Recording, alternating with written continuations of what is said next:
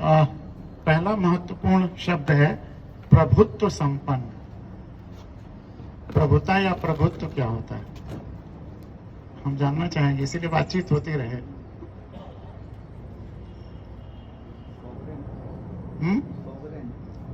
हाँ, इंग्लिश में सॉवरेन है, लेकिन इसको समझने के लिए इसका क्या अर्थ हुआ?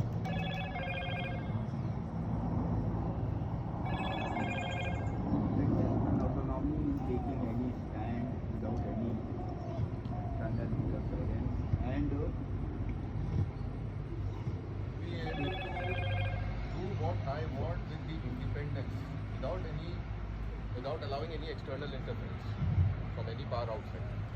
आधी बात बता रहे हैं आप लोग। अपना फैसला लेने के लिए स्वतंत्र और सक्षम है। वो तो ठीक है, लेकिन जो एक्सटर्नल इंटरफेरेंस कह रहे हैं वो उसका आधा हिस्सा है।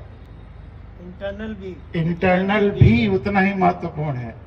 संप्रभुता मतलब कि अब कोई बाहरी या आंतरिक दबाव नहीं होगा, न किसी देश का, न किसी संस्था का, न किसी ऑर्गेनाइजेशन का, न किसी व्यक्ति का। और अगर तो ये बाहर का हो गया, और आंतरिक भी न किसी व्यक्ति का, न संस्था का, न प्रदेश का, न पार्टी का, न किसी का। हम भारत के लोग ही संप्रभु हैं। सारे फैसले हम अपने लिए खुद करेंगे, कहीं कोई बाहरी या आंतरिक दबाव नहीं होगा। तो यह है संप्रभुता। अब हम भारत के लोग मालिक कैसे हैं, दो शब्द इसके लिए फिर और महत्वपूर्ण हो जाते हैं। आप बैठ जाकर एक जगह फिक्स होकर करिए, आप घूमिए मत।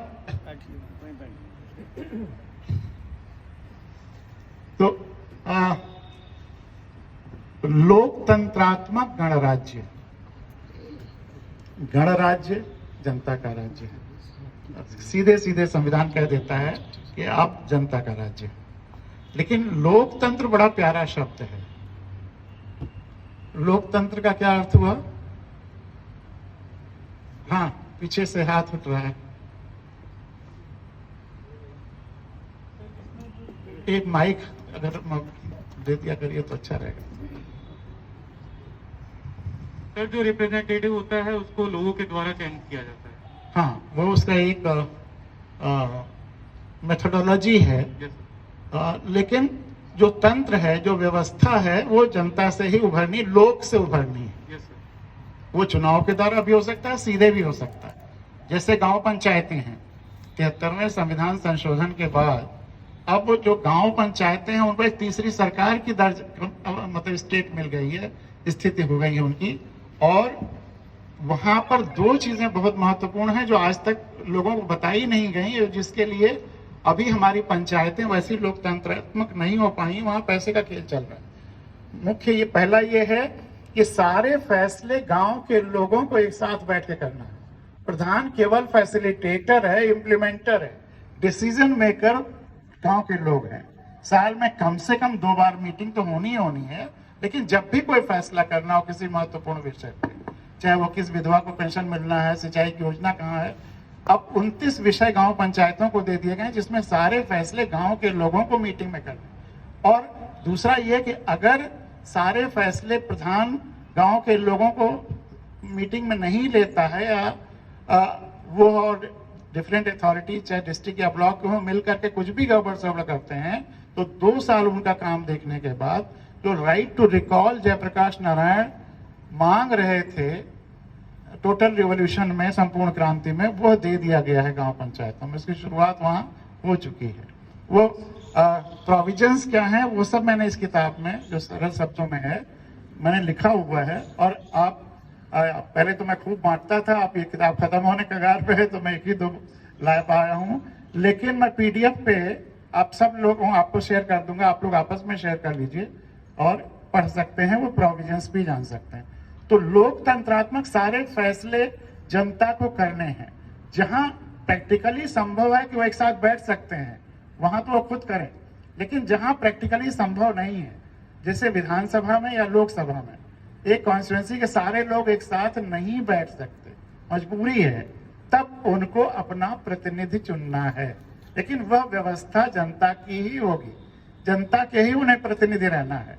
और चुने जाने के बाद भी उनको जनता की राय ही, किसी भी विषय पर वोट देते समय या बहस करते समय जिस जनता ने चुना है उन्हीं से आकर के असरटेन करे वो राय रखें। तो तंत्र या व्यवस्था को जनता से ही उभरना है, जनता को ही चलाना है, देश की मालिक जनता है। तो यह तो हुआ लोकतंत्रात्मक और गणराज्य। लेकिन मैंने कहा कि लोकतंत्र बड़ा प्यारा शब्द है। लोक और जनता दोनों में फर्क है थोड़ा सा। कोई बताएगा कि क्या डिफरेंस है लोक में और जनता में? आपने लोकगीत सुने होंगे, गाए होंगे, लोक कथाएं सुनी होंगी। कुछ आप पहुंच रहे हैं थोड़ा और एकदम कोर पे आइए, जिसकी क्यों जागृति क्यों रहती है।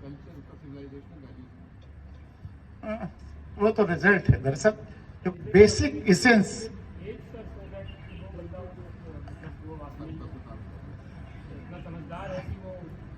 तो वो समझ कैसे आती है? वही तो वो लोग को बताता है कि समझ है आएगी। आप लोग बिल्कुल सही दिशा में जा रहे हैं। थोड़ा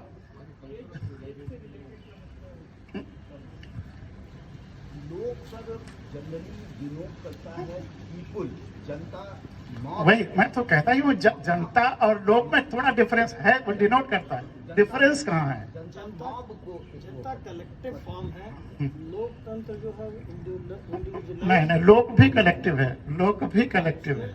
इंडिविजुअल क्या जनता में क्या चीज हो जाए कि वो लोग बन जाती है?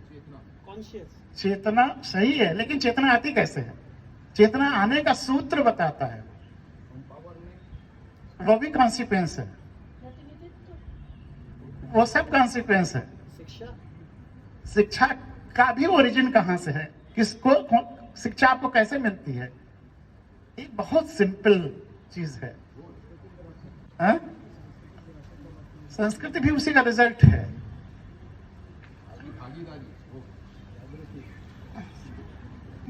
यह सब कॉन्सिक्वेंसेस हैं। आपने अवधि और इधर पूर्वांचल के भोजपुरी के अगर ज्यादातर लोग होंगे तो एक शब्द उन्होंने सुना होगा, इस्तेमाल किया होगा, लौकना। लौकना मतलब देखना। लोक लौकना से बना है, आलोक से बना। खुली हुई आंखों वाली जनता जो अपनी आंखें खुली रखती है। आपकी संस्कृति भी आपके पुरखों के खुली आंखों से मिली है, वहीं से पैदा हुई है। और जितनी लोक कथाएं या लोकगीत हैं वो इसीलिए एक पीढ़ी से दूसरी पीढ़ी तक चले गए, क्योंकि उसमें लोगों ने जो सच्चाई देखी उसे गीत के रूप में या कहानी के रूप में ढाला और वो सबने यूजफुल पाया, इसलिए वो एक पीढ़ी दर पीढ़ी चली आ रही है।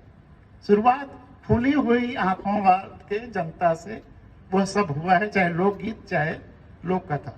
तो लोकतंत्र वह है जिसमें जनता खुली हुई आंखों वाली हो। अगर लोगों ने अपनी आंखों को बंद कर लिया, अपनी चेतना को बंद कर लिया, अपने बुद्धि को बंद कर लिया, तो न लोकतंत्र आएगा। और जो भी चीजें हमने कही, चाहे वो संस्कृति हो चाहे शिक्षा हो, सबकी ओरिजिन खुली आंखें हैं। साइंस की ओरिजिन खुली आंखें हैं। अगर हमारी आंखें बंद हैं, अंधविश्वास है, तो हम साइंस या शिक्षित नहीं हो सकते। तो ये लोकतंत्र शब्द इसमें डाल करके खुली आंखों की तरफ सुनिश्चित किया गया है कि हमें अपनी आंखें खुली रखनी। ये पहली चीज है जो बहुत जरूरी है। और लोकतंत्र को इस रूप में समझना तो दूर रहा, इस देश के साथ पता नहीं कैसे एक भ्रम या एक जाल शुरू से आ गया। अब मैं तो ये तो नहीं कह सकता रचा गया, कॉन्शियसली अनकॉन्शियसली जैसे भी आ गया हो, कि इसको प्रजातंत्र कह दिया। तमाम पार्टियां तक बन गई, प्रजा सोशलिस्ट पार्टी, प्रजा ये प्रजातंत्र। तमाम सारे रिटायर्ड सिविल सर्विसेज के लोग, चीफ सेक्रेटरी तक के लोगों से मेरी घंटों इस बात पे चर्चा हुई। वो कहते थे कि डेमोक्रेसी का मतलब लोकतंत्र और प्रजातंत्र एक ही है, समानार्थी है। क्या ऐसा आप मान सकते हैं? प्रजातंत्र मतलब उस जितने हम भारत के लोग हैं वो प्रजा हैं, और वहां से तंत्र उभरेगा। प्रजा किसी को चुनेगा तो प्रजा तो राजा को चुनेगा, और जब हम राजा चुनेंगे तो फिर कैसे लोगों को चुनेंगे? जैसा आज चुने जाते हैं, जो करोड़ों अरबों खर्च करेगा, भौकाल दिखाएगा, गाड़ियों के रैल 200-300 गाड़ियों के रैली से आएगा, हवाई जहाज या हेलीकॉप्टर से उतरेगा, विमान से उतरेगा, और जो भी मतलब बांटेगा खूब, उस समय लोगों को खुश करेगा, खैरात बांटेगा। फिर आप राजा जैसे को चुनेंगे अगर आप अपने को प्रजा और व्यवस्था को प्रजातंत्र मानेंगे। लेकिन अगर आप अपने को लोकतंत्र मानेंगे, जब मानेंगे कि हम भारत के लोग मालिक हैं, तो फिर तब आप सेवक चुनेंगे। लोकतंत्र में आप अपना जिस काम के लिए चुन रहे हैं उस काम के लिए चुनेंगे। अगर विधानसभा या लोकसभा में आपको अपने प्रतिनिधि भेजने हैं जो आपकी राय को वहां रखें, तो आप एक मैसेंजर को जो ट्रूली आपकी आवाज को वहां पहुंचाए। और अगर आपके उस विधायक या सांसद को सरकारी तरफ से निधियां भी मिलती हैं जो आपके टैक्सेस का हिस्सा होता है, तो फिर आप उसको चुनेंगे जो उसके पैसे का सही इस्तेमाल करे और आपसे पूछ के करे, न कि आप वह अपने स्वेच्छा से नहीं करे। तो इस लोकतंत्र की भावना जन जन में जानी बहुत जरूरी है अगर हम अपनी आजादी को महसूस करना चाहते हैं। तो 2 शब्द ये बड़े प्यारे हैं, लोकतंत्रात्मक गणराज्य बनाने के लिए तथा उसके समस्त नागरिकों को सामाजिक, आर्थिक और राजनीतिक न्याय, विचार, अभिव्यक्ति, विश्वास, धर्म और उपासना की स्वतंत्रता, प्रतिष्ठा और अवसर की समता प्राप्त कराने के लिए। ये तो हमारे जो फंडामेंटल ड्यूटीज हैं और directive principles of state policy हैं उसका संक्षेप में नरेशन है। प्राप्त कराने के लिए तथा उन सब में व्यक्ति की गरिमा शब्द दुनिया के सारे कॉन्स्टिट्यूशन में वह नहीं है। इसमें 2 शब्द इतने प्यारे हैं इंडियन कॉन्स्टिट्यूशन में जो कि अद्भुत हैं। एक तो व्यक्ति की गरिमा और आगे आएगा बंधुता। व्यक्ति की गरिमा, हर व्यक्ति को हमारा संविधान गरिमा में मानता है। समानता तो है ही, लेकिन गरिमा में भी मानता है। कोई व्यक्ति अयोग्य नहीं है, हर व्यक्ति में विलक्षण गुण है, हर व्यक्ति अद्वितीय है, हर व्यक्ति ईश्वर का अद्वितीय एक रचना है।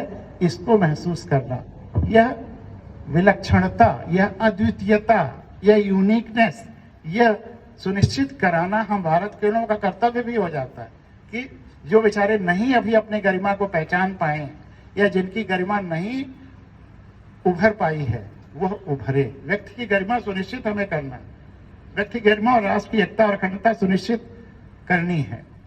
एक अथर्ववेद का मंत्र है, वो आप लोगों ने सुना होगा, अद्भुत है और उसका एग्जाम्पल भी है। तोतो चान एक किताब है, आप लोगों ने पढ़ी है किसी ने? तोतो चान, जापान के एक लड़की ने अपने टीचर की आत्मकथा लिखी, आत्मकथा नहीं जीवनी लिखी है, उसकी जीवन कथा लिखी। आत्मकथा तो अपनी कोई लिखे, वो इससे बहुत जुड़ा हुआ है व्यक्ति की गरिमा से। लेकिन पहले अथर्ववेद का वह मंत्र, अमंत्रम अक्षरो नास्ति न अपि मूलम न औषधम न अपि कोवपि अयोग्यो पुरुषः योजकः तत्र दुर्लभम्। अमंत्रम अक्षरो नास्ति, इस ब्रह्मांड में, इस सृष्टि में कोई ऐसी ध्वनि या कोई ऐसा अक्षर है ही नहीं जिसका मंत्र न बनाया जा सके या जो मंत्रवत न हो जाए। अमंत्रम अक्षरो नास्ति। उदाहरण के लिए चाहेंगे आप कुछ या खुद कोई उदाहरण देंगे? राम राम भी मंत्र बनता है और मरा मरा भी मंत्र बन जाता है। वाल्मीकि तर गए मरा मरा कहते हुए। भाव असली महत्वपूर्ण है, शब्द महत्वपूर्ण है ही नहीं। जिसको आपने शुद्ध भाव से या जिस भाव से शब्द उच्चारित कर दिया तो वह भाव फलित होता है, शब्द नहीं। और इसीलिए मंत्र और तंत्र के बारे में हमारे देश में बड़ी गलतफहमियां हैं, जबकि हम मंत्र और तंत्र से भरे हुए देश हैं। जो मन पे प्रभावित करे वो मंत्र है और जो तन पे प्रभावित करे वो तंत्र है। लेकिन इतना मंत्र पढ़ा जाता है, जपा जाता है, पढ़ाया जाता है, फिर भी असर क्यों नहीं होता? क्योंकि हम उसका भाव ही नहीं समझते। तो आपके ऊपर उसी मंत्र का असर होगा जिसका कि आप भाव समझेंगे या खुद समझ करके करेंगे, या अगर कोई किसी और से भी कराते हैं तो जब तक वह अर्थ बताता हुआ आपके अंदर आत्मसात नहीं कराता है तो तोता रटन की तरह से कोई भी मंत्र पढ़वा लीजिए, ना असर होगा और ना उसका कोई प्रभाव होगा। तो इसलिए अगर भाव के साथ आप कुछ भी कह रहे हैं तो कोई भी अक्षर, कोई भी ध्वनि मंत्र बन जाती है। शादी ब्याह में आप देखिए, वो गीत जो गाली जिसे कहते हैं, क्योंकि वो प्यार और भाव से होता है तो उसका असर गाली वाला नहीं होता है, उसका असर जुड़ाव वाला, संवेदना वाला, प्यार वाला हो जाता है। तो अमंत्रम अक्षरो नास्ति न अपि मूलम न औषधम, कोई ऐसी जड़ी या वनस्पति इस धरती पर है ही नहीं जिसके औषधीय गुण जिसमें न कोई मूलम न औषधम न अपि कोअपि अयोग्यो पुरुष। ईश्वर ने जिस भी बच्चे को या जिस भी व्यक्ति को इस धरती पर भेजा है, किसी को अयोग्य नहीं बनाया है। कुछ न कुछ विशेष अद्वितीय गुण हर एक को दे के भेजा है। अब व्यवस्था उसको न पहचान करके उभार पाए उसके गुणों को, उसके पेरेंट्स या वो खुद न उभार पाए अपने गुणों को। अगर कोई बच्चा फेल होता है तो निश्चित जानिए वो बच्चा नहीं फेल हो रहा है, वो आपका एजुकेशन सिस्टम फेल हो रहा है। बच्चा तो अद्वितीय है, बच्चे में टैलेंट कुछ और है और हम उस गरिमा कुछ और दिशा में है और हम उसको दूसरे विषय में टेस्ट करना चाहें तो फिर कैसे वो पास होगा? अगर हम हवा के दबाव को बैरोमीटर से नहीं थर्मामीटर से नापना चाहें तो फिर क्या दबाव सही पा पाएंगे? तो वैसे ही हमारा एजुकेशन सिस्टम, उसके अंदर की जो इंट्रिंसिक क्वालिटी है, जो विलक्षणता है, जो ईश्वर ने अद्वितीयता दी है, जब वो नहीं पहचानते हैं तो हम उसको फेल कह देते हैं। और बच्चे के साथ ट्रेजेडी ये होती है कि वह एग्जाम के उन सब्जेक्ट्स में अपने को फेल मानने की जगह पर अपने को लाइफ में फेल मानने लगता है। हम पूरी मेंटालिटी को बच्चों की किल कर देते हैं और इसीलिए शायद हमारी शिक्षा व्यवस्था इतनी ज्यादा ऐसी है कि ज्यादा से ज्यादा बच्चे फिर फ्रस्ट्रेटेड होते हैं। और आप वर्ल्ड के हैप्पीनेस इंडेक्स में अगर आप हिंदुस्तान की पोजीशन देखें तो 146 देशों में हम लास्ट पायदान पे हैं। हम नकारात्मकता इतना ज्यादा भर देते हैं जबकि गरिमा भरना है। इसलिए हमें अपनी शिक्षा व्यवस्था को तुरंत उस पर ध्यान देने की जरूरत है और इसीलिए मैंने तोतो चांद किताब का जिक्र किया था। अद्भुत किताब है।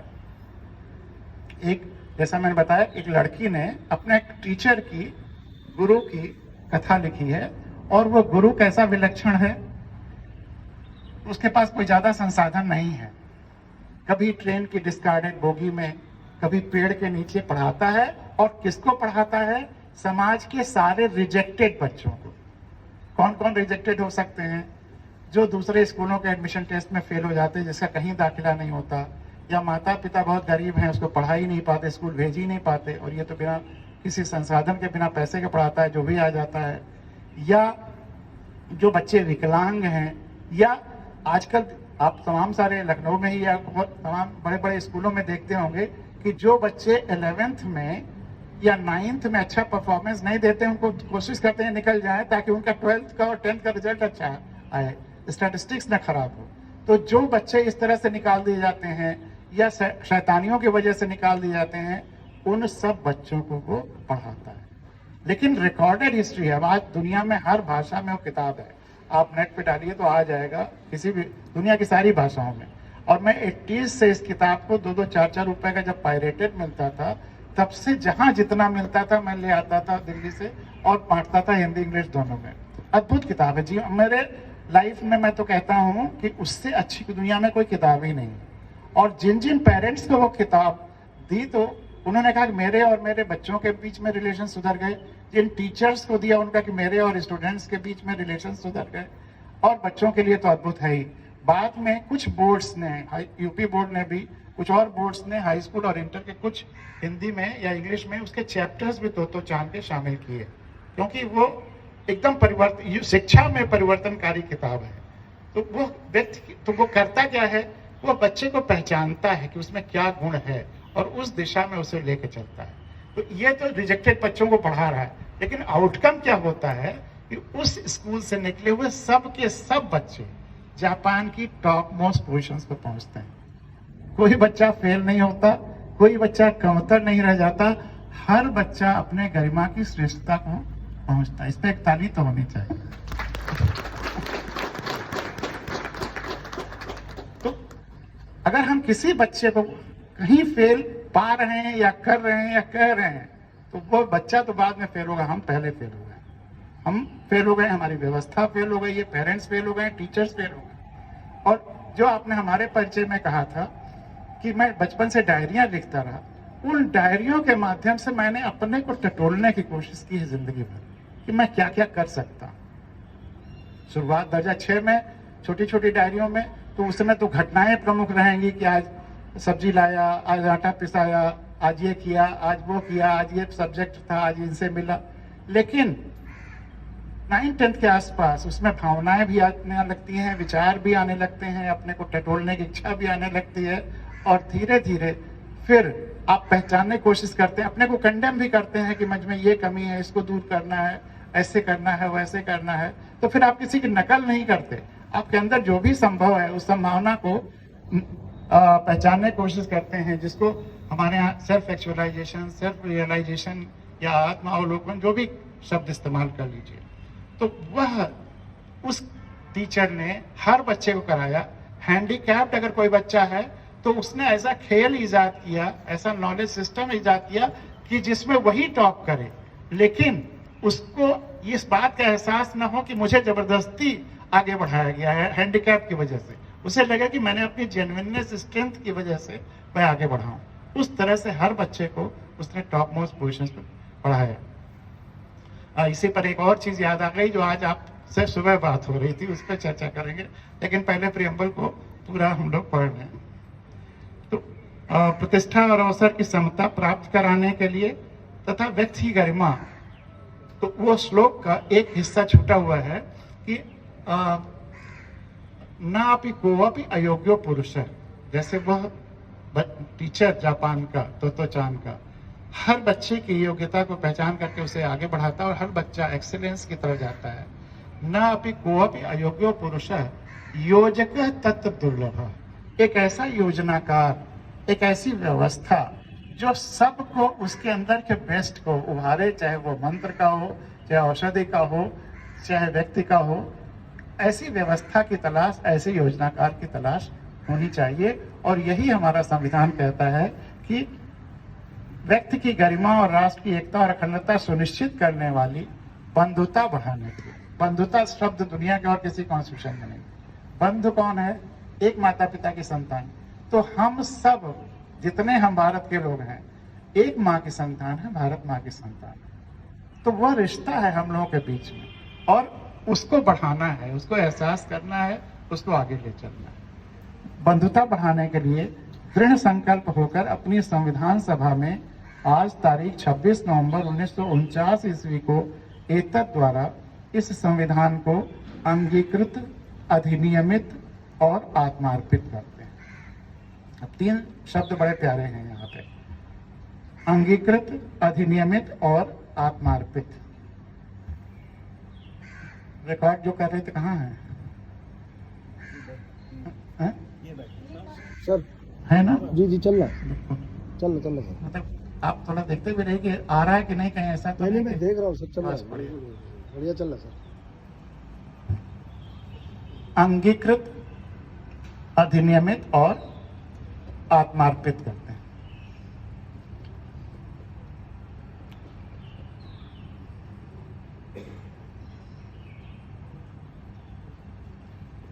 अंगीकृत मतलब We hereby adopt and give to ourselves this constitution. नहीं, अभी तो अंगीकृत। अच्छा, अंगीकृत का क्या अर्थ हुआ? अपने अंग का हिस्सा बना देना, अपने स्वीकार कर लेना।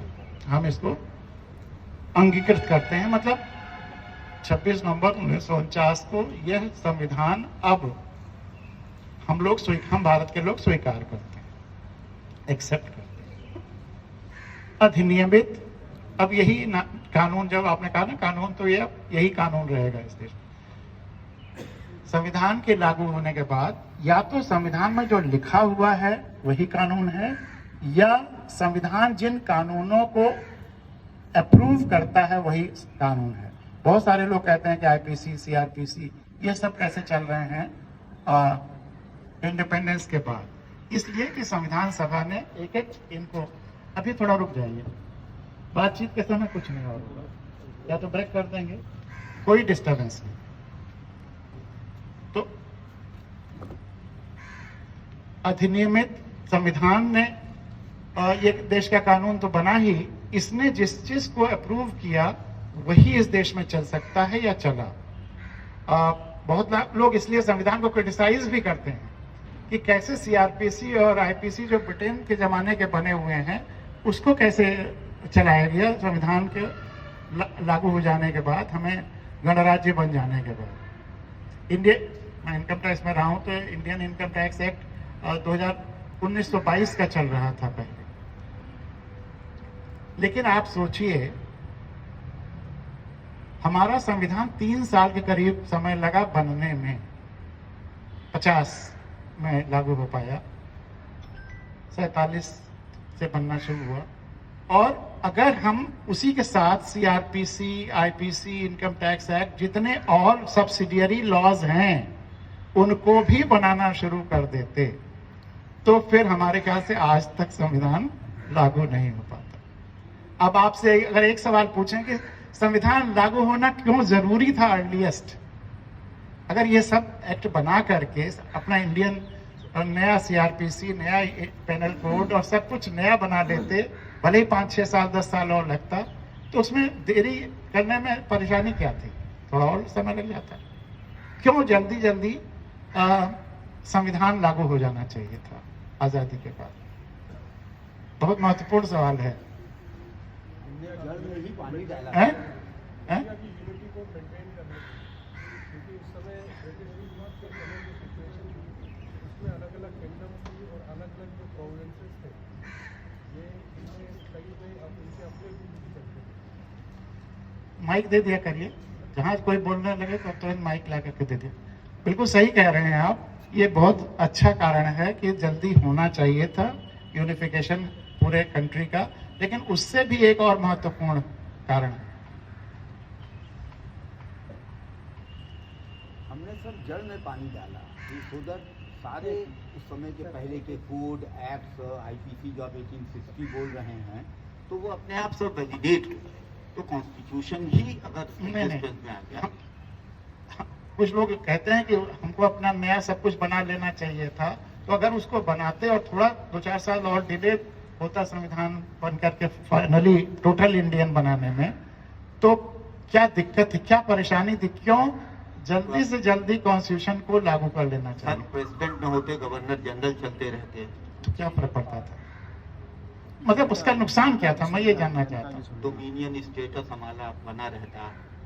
और ये सब सही कह रहे हैं आप। हम लोकतंत्र को स्थापित कर पाते, इलेक्शन में जा पाते। और हम आप उस तरफ जा रहे हैं। हम डेमोक्रेसी रहते लेकिन रिपब्लिक न बनते। और दरअसल हमारे संविधान में जो सत्ता है, जो मालकियत है देश की, वह ब्रिटिश कॉन्स्टिट्यूशन से हम भारत के लोगों को सौंपा, और कोई दस्तावेज नहीं है जिसमें हम भारत के लोगों को मालिक बनाया हो। यह संविधान केवल गणतंत्र, गणराज्य और लोकतांत्रिक गणराज्य बना रहा है, यहीं से हम देश के मालिक बन जाते हैं।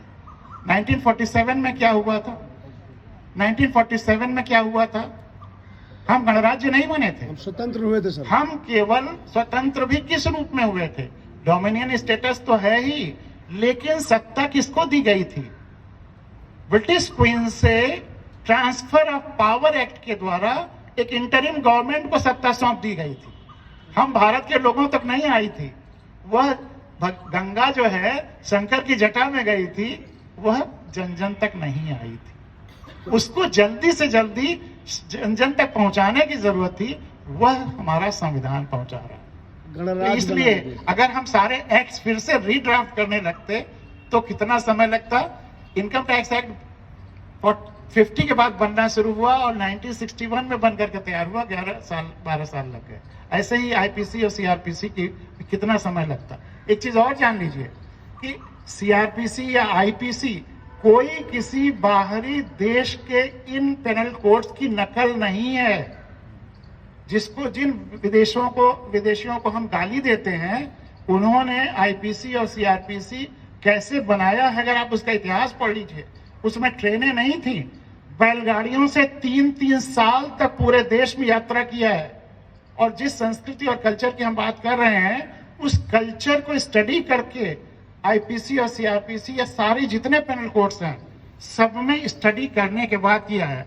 ब्रिटेन में पेनल कोड किसी और चीज के लिए है। हमारे यहाँ अगर हस्बैंड वाइफ का जो पवित्र रिश्ता है, उसको मेंटेन करते हुए अगर इसमें से कोई भी उससे अलग कोई हरकत करता है तो पेनलाइज करने की बात है। हमारे आईपीसी में जो ब्रिटिशर्स ने बनाया है, उसमें जितने इवन क्लाइव और ये मैकाले, इन सब ने भी बैलगाड़ियों से यात्रा कर करके इसको बनाया है। उन्होंने जरूर क्लर्क्स अपने हिसाब से तैयार करने के लिए सिस्टम में भी किया, अपने फायदे के लिए किया, लेकिन जहां तक इंडियन पेनल कोड बनाना और यहाँ के लिए नियम कानून बनाना है, वह बिल्कुल एकदम समर्पित भाव से सही तरीके से किया। वो हमारी संस्कृति के अनुरूप उसने सारी चीजों को मेंटेन करने की कोशिश की। इवन होमोसेक्सुअलिटी को क्राइम माना, विदेशों में बाद में आया। ये तो हमारे, अब हम खुद लोग उन मुद्दों को डाइल्यूट कर रहे हैं, हम वेस्ट की तरफ एक्सेप्ट कर रहे हैं, अपनी संस्कृति को भूलते जा रहे हैं। विमेन को इतना रिस्पेक्ट दिया हमारे पेनल कोड ने, वह सब हमारी संस्कृति को देखते हुए, तो कोई जरूरत नहीं। इसीलिए संविधान सभा ने एक एक कोड को स्टडी किया और उसको अपने लिए सही पाया, इसलिए उसको एक्सेप्ट किया, अडॉप्ट किया, अप्रूव किया। तो इसलिए जो बिना पढ़े बिना जाने लोग आरोप लगा देते हैं कि ये सब तुरंत बदल देना चाहिए था, और अभी भी हिंदुस्तान गुलाम, बहुत लोग ये भी कहते हैं कि अभी भी हिंदुस्तान गुलाम है और हम इंडिपेंडेंट है ही नहीं, और उसका कहते हैं कि हम 1935 एक्ट की नकल है भारत का संविधान, जबकि लास्ट सेक्शन ये है, रिपीलिंग सेक्शन है कि 1935 एक्ट और ट्रांसफर ऑफ पावर एक्ट, इनको रिपील किया जाता है और अब हम फुली सॉवरेन डेमोक्रेटिक रिपब्लिक बन रहे हैं। तो बिना पढ़े संविधान का मतलब क्रिटिसाइज करने वाले लोग बहुत मिलते हैं। हम यही आग्रह करते हैं कि आप लोग इसको डीपली पढ़िए, समझिए, और उसके बाद कोई मन में प्रश्न हो तो उस पर चर्चा करिए या डिस्कशंस हो। और संविधान में संशोधन की भी गुंजाइश है। अगर पूरा देश महसूस करेगा कि हाँ ये संशोधन होना चाहिए, तो उसके लिए भी संविधान तैयार है, देश तैयार है। तो ये चीज जाननी जरूरी थी कि वही नियम कानून देश में चल रहे हैं जो या तो संविधान में लिखा हुआ है या संविधान सभा ने डिस्कशन करके अप्रूव किया है। वह अप्रूवल यूं ही नहीं है, वह तमाम सारे फैक्टर्स को देखते हुए, देश को जरूरी पाते हुए, और इतना समय नहीं था कि नया तुरंत बना लिया जाए। तो उन लोगों, जो करीब 400 लोग जिन्होंने संविधान बनाया, एक से एक लिमिनरीज थे, तो उनकी वो सब देश के लिए सब कुछ कुर्बान करने की जज्बा वाले लोग थे, उन पर कोई शंका या संदेह नहीं किया जा सकता। तो अधिनियमित करते हैं और आत्मार्पित करते हैं। आत्मार्पित का क्या अर्थ हुआ? खुद से खुद को अर्पण। खुद से खुद को अर्पण मतलब खुद बनाया और खुद को अर्पण कर दिया। तो अगर आपसे कोई पूछे संविधान किसने बनाया, तो इसका उत्तर क्या होगा? खुद ने बनाया।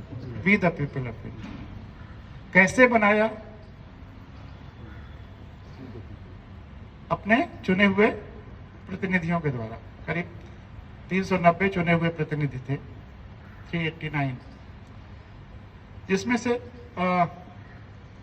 300 के करीब चुने हुए थे, इलेक्टेड थे, और 100 के करीब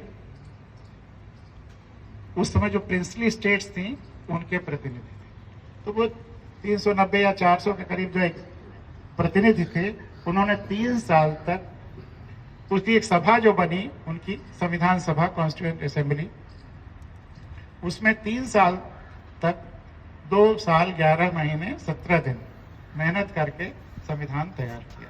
और उसके 26 नवंबर 1949 को आत्मार्पित किया, खुद से खुद को अर्पण किया। संविधान सभा के अध्यक्ष कौन थे? हैं? बाबू राजेंद्र प्रसाद। अब देखिए कितनी बड़ी मतलब अगर हम लोग नहीं जानते हैं तो बेचारे बच्चे या जो एकदम नहीं निरक्षर हैं वो कैसे जाने? संविधान सभा के अध्यक्ष कौन थे? हैं? राजेंद्र प्रसाद। संविधान सभा के अध्यक्ष बाबू राजेंद्र प्रसाद थे, जो राष्ट्र के पहले राष्ट्रपति थे। संविधान सभा में 17 कमेटीज थी, सब कमेटीज एक तरह से कही।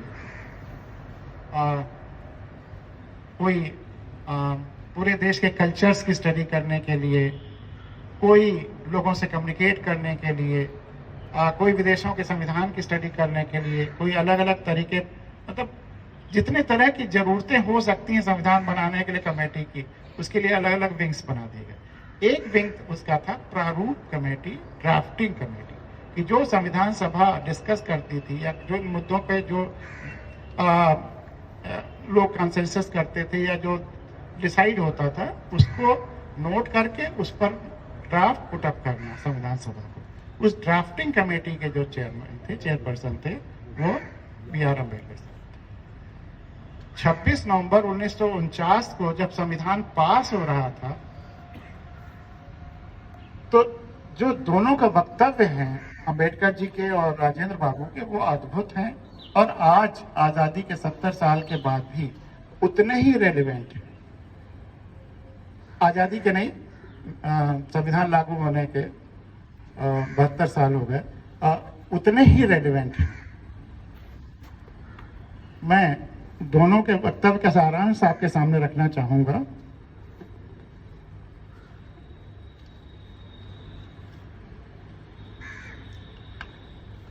राजेंद्र बाबू कह रहे हैं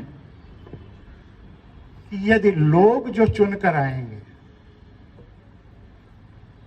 चरित्रवान, ईमानदार, योग्य और संवेदनशील हुए तो वे इस संविधान को भी सर्वोत्तम बना देंगे, और यदि उनमें इन गुणों का अभाव हुआ तो संविधान भी देश की मदद नहीं कर सकता। अगर आप खुली आंखों से वोट नहीं देंगे, अपनी आंखों से देख करके, आप अगर लोग न बन करके भीड़ बन जाएंगे तो संविधान आपकी कोई मदद नहीं कर पाएगा। आखिरकार संविधान एक किताब या एक सिस्टम या एक मशीन है और उसमें प्राण प्रतिष्ठा उन व्यक्तियों के द्वारा ही होगी जो हम भारत के लोग जिन्हें चुनकर भेजेंगे। इसलिए भारत को इस समय ऐसे लोगों की जरूरत है जो ईमानदार हों तथा जो देश के हित को सर्वोपरि रखें। हमारे जीवन में विभिन्न तत्वों के कारण विघटनकारी प्रवृत्ति उत्पन्न हो रही है। हम में सांप्रदायिक अंतर है, जातिगत अंतर है, भाषागत अंतर है, प्रांतीय अंतर है। देखिए सब सारे जितने पॉसिबिलिटीज हैं उसको नरेट कर रहे हैं। इसके लिए दृढ़ चरित्र वाले लोगों की, दूरदर्शी लोगों की, ऐसे लोगों की जरूरत है जो छोटे छोटे समूहों तथा क्षेत्रों के लिए देश के व्यापक हितों का बलिदान न दें और उन पूर्वाग्रहों से ऊपर उठ सकें जो इन अंतरों के कारण उत्पन्न होते हैं। हम केवल, कितनी प्यारी आखिरी लाइन देखिए, हम केवल यही आशा कर सकते हैं कि देश में ऐसे लोग प्रचुर संख्या में, भारी संख्या में सामने आएंगे। ये जो आशा है राजेंद्र बाबू की, यह आप डिफेंस के लोगों से अच्छा तो कोई नहीं समझ सकता। जो आपके मन में जज्बा था जिससे आप डिफेंस में जाते हैं वही तो व्यक्त कर रहे हैं कि वह केवल आप ही तक नहीं रहना चाहिए, आपके ट्रेनिंग के द्वारा या आपके अपने माहौल के द्वारा, लेकिन वह जनता तक पूरी तरह से परकोलेट होना चाहिए। और अंबेडकर साहब कह रहे हैं, वो आखिरी लाइन उनकी, कि यदि हम भारत के लोग और यहाँ के राजनीतिक दल अपने पंथ को देश से ऊपर रखेंगे तो हमारी स्वतंत्रता एक बार फिर खतरे में पड़ जाएगी। तो फिर हमारी स्वतंत्रता एक बार फिर खतरे में पड़ जाएगी और संभवतया हमेशा के लिए खत्म हो जाए।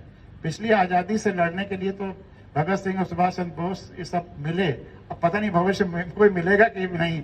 ये आज़ादी के लिए इतना संघर्ष करिए, सब कुछ प्राण, 8 लाख लोगों ने प्राण की बाजी लगाई, गोलियां खाई 1857 से 1947 तक, सब कुछ हवन कर दिया। उसके बाद जो आज़ादी थी हम 70-80 साल में ही नहीं संभाल पाए, तो फिर अब आगे कोई स्वतंत्रता आंदोलन और आज़ादी के लिए लड़ाई भी नहीं होगी। और खतरे भी अब केवल पॉलिटिकल ही नहीं है, अब तो इकोनॉमिक कंट्रोल से भी सब कुछ हो सकता है, जिसके लिए ज्यादा खतरा चल रहा है। तो स्वतंत्रता एक बार फिर खतरे में पड़ जाएगी और संभवतया हमेशा के लिए खत्म हो जाए। हम सभी को इस संभाव्य घटना का दृढ़ निश्चय के साथ प्रतिकार करना चाहिए। हमें अपनी आजादी की खून के आखिरी कतरे के साथ तक रक्षा करने का संकल्प करना चाहिए। हमें अपनी आजादी की खून के आखिरी कतरे के साथ तक रक्षा करने का संकल्प करना चाहिए। यह अम्बेडकर साहब कह रहे हैं। तो ये 26 नवंबर 49 को जो हमारा संविधान तैयार हुआ, जो हमने खुद को अर्पण किया, जिसको हमने बनाया, यह उसकी एक ब्रीफ एक तरह से आत्मा थी, प्रियम्बल, जिसको हम लोगों ने पढ़ा और उसके साथ और तमाम सारी चीज़ें समझते हुए, जोड़ते हुए फिर ये 26 जनवरी से क्यों लागू हुआ। कुछ चीज़ें तो उसी समय से लागू हो गई, लेकिन बाकी बहुत सारी चीज़ें 26 जनवरी से लागू हुई। 26 नवंबर 49 को ना सभी चीज़ें लागू करके कुछ को पोस्टपोन किया गया फॉर्मली 26 जनवरी से लागू करने के लिए। इसका कारण क्या है, कुछ बताएंगे आप लोग, मित्र लोग? 26 जनवरी को स्वराज्य की जो घोषणा हुई थी, फॉरगेटिंग द 26 जनवरी को जो स्वराज्य की घोषणा हुई थी लाहौर कन्वेंशन में, तो उस समय वो स्वराज्य न होकर इस समय गणतंत्र स्थापित हुआ था। पूर्ण स्वराज्य की मांग उसी समय हुई थी। उसके पहले थोड़ा कम मांग रहे थे, उसी समय थोड़ा स्ट्रेंथ आया था, पूर्ण स्वराज्य मांगा गया। उसी की याद में, उसी को सेलिब्रेट करने, सिंबॉलिक करने के लिए करा। अब इतनी जो चर्चा हुई, इस पे आपके कुछ और एडिशंस, कुछ प्रश्न हो तो उसके बाद फिर और आगे बढ़ा जाए। हाँ, माइक दे दीजिए, जो जहां हाथ उठाए तुरंत माइक दे दीजिए। सर, जैसा आपने बताया कि जो प्रियम्बल है, तो सर इसमें तो 1976 में 42nd अमेंडमेंट जो हुआ था सर इसमें, तो इसमें 2-3 वर्ड्स एक्स्ट्रा जोड़े गए थे, सोशलिस्ट और सेक्युलर करके। हाँ, तो सर ये तो पहले प्रियम्बल का पार्ट नहीं था। हाँ, तो सर इसके बारे में कुछ बताइए। हाँ, बहुत अच्छा सवाल पूछा और ये अक्सर पूछा जाता है। इंदिरा गांधी जब सत्ता में आई अथॉरिटेटिव तरीके से पूरी, और चूंकि उनका फैसला इलाहाबाद हाई कोर्ट का उनके अगेंस्ट हो चुका था, उनका इलेक्शन निरस्त हो चुका था, जिसकी वजह से इमरजेंसी लगाया, तो फिर वो अपने को सत्ता में लगातार बनाए रखने के लिए उन्होंने कॉन्स्टिट्यूशन में तमाम सारे संशोधन किए और उनको बड़ा सॉफ्ट कॉन्स्टिट्यूशन मिला। उस समय उन्होंने कह दिया कि इमरजेंसी लगेगी। इमरजेंसी प्राइम मिनिस्टर ने लगा दिया तो उस पर कोई और विचार भी नहीं हो सकता, कोई और नियंत्रण भी नहीं था, कोई लिमिट भी नहीं थी। पार्लियामेंट की इलेक्शंस जब आए तो उसको 5 साल से 6 साल कर दिया, पार्लियामेंट के टर्म भी एक्सटेंड करने लगी। और हमारा संविधान उस समय बहुत सरल था, जरूरत के हिसाब से उसमें बाद में परिवर्तन हुआ, इलेक्शन हुआ, 6 साल बाद इलेक्शन हुआ, 1 साल एक्सटेंड कर भी लिया था। और उन्हें ऐसा था कि अब फिर हम जीत रहे हैं, लेकिन जनता ने नकार दिया। जब जनता दल की सरकार आई तो जितने कॉन्स्टिट्यूशन में उन्होंने अमेंडमेंट्स किए थे जो कि कॉन्स्टिट्यूशन को कमजोर करता है, डेमोक्रेटिक शक्तियों को कमजोर करता है, सब उलट दिए, सब के सब उलट दिए। और उसी समय फिर वो जजमेंट भी आया कि सुप्रीम कोर्ट का कि कोई सरकार या कोई व्यवस्था बेसिक स्ट्रक्चर को नहीं चेंज कर सकती है, पार्लियामेंट का टर्म भी नहीं एक्सटेंड हो सकता, वो 5 ही साल रहेगा, हर हालत में इलेक्शन होना है। इमरजेंसी के लिए सब चेंज कर दिया गया कि इमरजेंसी 6 महीने के लिए ही एक एट ए टाइम लग सकती है, उसमें भी सारी कैबिनेट का डिसीजन होना चाहिए इन राइटिंग, और वो जाना चाहिए राष्ट्रपति के पास, और वो फिर उसके बाद पार्लियामेंट में पास होना चाहिए, रेटिफाई होना चाहिए विद इन 6 मंथ। अगर उसको बढ़ाना है तो एक बार की ओर और बढ़ा करके 1 साल के लिए बढ़ सकता है। और कोई ज़रूरी नहीं कि सारी इमरजेंसीज एक साथ लगाएं। आप जिस चीज़ की ज़रूरत हो, इकोनॉमिक हो तो नहीं लगाइए, और कानून का हो तो उतना लगाइए। उस पर बड़े रिस्ट्रिक्शंस कर दिए कि अब इमरजेंसी लगाना ही मुश्किल हो गया। सारे सेफ गार्ड्स कर लिए, जितना इंदिरा गांधी ने किया था इस संविधान के लोकतांत्रिक शक्तियों को हरण या क्षरण, वह सब रिस्टोर कर दिया।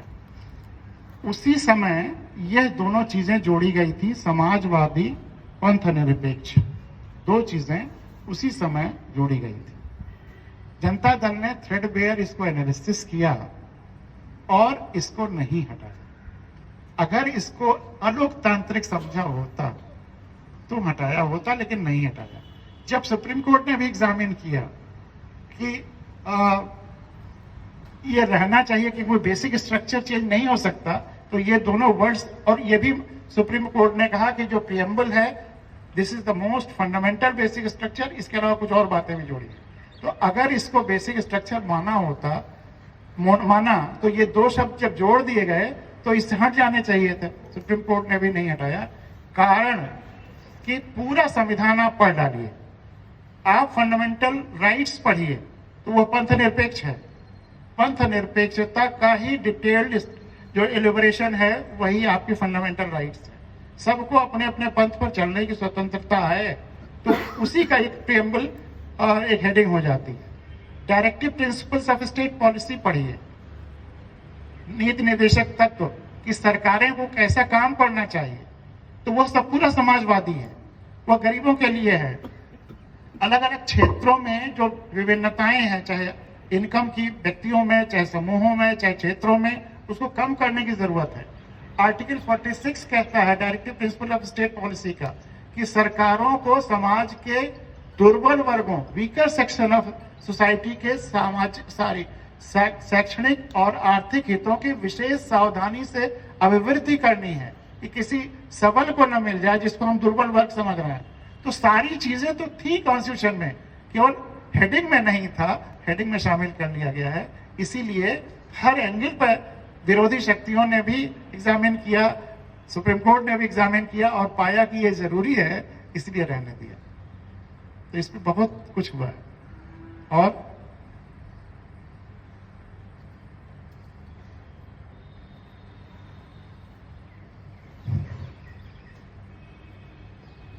सर एक सवाल है। हाँ, ब्रिटिशर्स के बारे में हैं? ब्रिटिशर्स 2 खेमे हैं सर।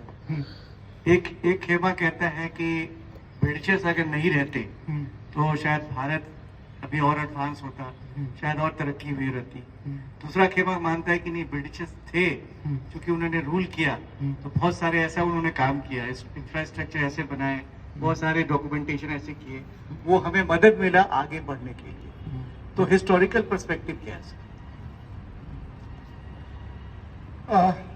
इसका जवाब आप लोगों से मैं जानना चाहूंगा, फिर उसके बाद हम लोग चर्चा करेंगे। सर हाँ सर लगभग हम 200 साल तक गुलाम रहे, जिससे हमारे अंदर इस तरह की जागृति बहुत कम उत्पन्न हुई कि जो हम अपने आप को सोचे और इसको डेवलप करने के बारे में सोचे, बहुत कम हुई। वही रहा है जो आप काम कर रहे हैं। तो उतना हम उसकी तरफ ध्यान नहीं दिया क्योंकि गुलामी के चक्कर में, आप कर लीजिए तब तक। गुलामी के चक्कर में उतना ज्यादा हमने उस तरफ को ध्यान नहीं दिया सर। ये सर। और हाँ, सर कर्नल साहब के सवाल का जवाब मुझे लगता है कि Dadabhai Naoroji in 19th century and mister Shashi Tharoor in the British House of Commons already दे चुके हैं कि they have given us so called unified country administration and a semblance of one India, but they have bled us forever. तो ये लगता है, तो it's a very speculative question. इसके प्रॉस एंड कॉन्स दोनों रहे हैं, निगेटिव इम्पैक्ट ज्यादा रहे हैं to my small mind. Sir जहाँ तक इसमें विरोधाभास प्रतीत होता है, लेकिन असल में जो भी अंग्रेजों ने शासन किया, एक व्यवस्था बनाई, उसका इफेक्ट हमें भी दिखाई देता है कि ये हमारे फायदे की चीज साबित हुई, लेकिन जो भी व्यवस्था उसमें बनाई गई वो उन्हीं के अपने तंत्र और व्यापार के फायदे के लिए ही बनी थी। उन्होंने ये कभी सोचा नहीं था कि ये देश हम कभी आजाद करेंगे और ये इनके काम में आएगी। तो ये विरोधाभास वहां तक खत्म हो जाना चाहिए। और तो इसमें जो है उनका अपना इंटरेस्ट था, उसका फायदा बात को जो भारतवर्ष को हुआ ये बात अलग है।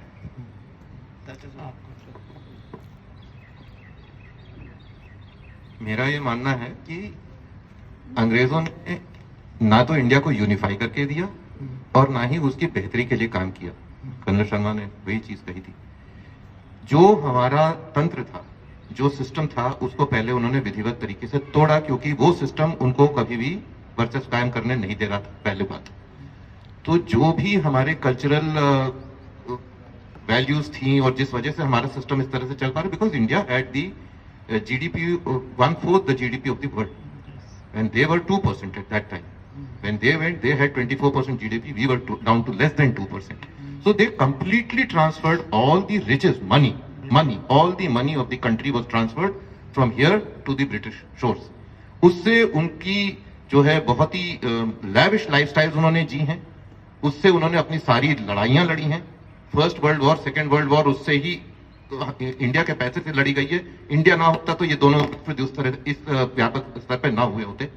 इसके अलावा जो मकौले का बड़ा फेमस लेटर है 2 फेब 1835 का, दैट इनका सिस्टम तोड़ दो, इनके एजुकेशन सिस्टम में ब्रिटिश सिस्टम डाल दो, तो इनको अपने ही सिस्टम से ग्लानी भर दो इनमें, and everything that is British should be found as valuable, so that will make us more endearing and it will give us a soft face and be able to enter India even stronger. इन सब चीजों को करते करते उन लोगों ने हमारे तंत्र को इतना खोखला कर दिया कि स्मॉल इंस्टेंसेस, जो हमारी शिप बिल्डिंग इंडस्ट्री थी, was one of the finest in the world. The world over our ship building was way beyond. हमारी जो मेटलर्जी थी, हमारी तलवारें थी, वो उनकी तलवारों से बहुत बेहतर थी। हाँ, हमारे पास बंदूक नहीं थी, वो पाश्चात्य इंडस्ट्रियल रेवोल्यूशन की देन थी, लेकिन जो मेटलर्जी और जो तलवारें थी, British soldiers till the war of 1857 have dismounted from there horses, taking the swords of Indian soldiers and fought. अपनी तलवार फेंक के इंडियन सोल्जर की तलवार से लड़ते थे, क्योंकि इसकी धार ज्यादा लंबी चलती थी। तो इस तरह से, और जो इंडिगो फार्मिंग हुई, मैनचेस्टर की मिल्स जो काम नहीं कर रही थी, वो यहाँ से कॉटन ले जाके एंड वहां से बना हुआ माल लाके यहाँ पे बेचा। तो दोनों ने बड़ा विधिवत तरीके से भारत को तोड़ा। ये मानना कि ब्रिटिश आए और उन्होंने हमें एक देश इकट्ठा करके दे दिया या हमारे उनके सिस्टम जहां पे चल पाए, ये तो हम लोगों की एक ये कहें परिपक्वता है इंडियन समाज की, कि कोई भी सिस्टम में अच्छाइयां होती हैं तो उनकी अच्छाइयां हम लोगों ने अपना ली। उनका डॉक्यूमेंटेशन बहुत अच्छा था, उनका जो हिस्टोरिकल फैक्ट्स का रिकॉर्ड का सिस्टम था वो बहुत अच्छा था। तो इन सब चीजों को हम लोगों ने अपनाया, लेकिन इन सब के बावजूद I think we have retained our Indian values through the years.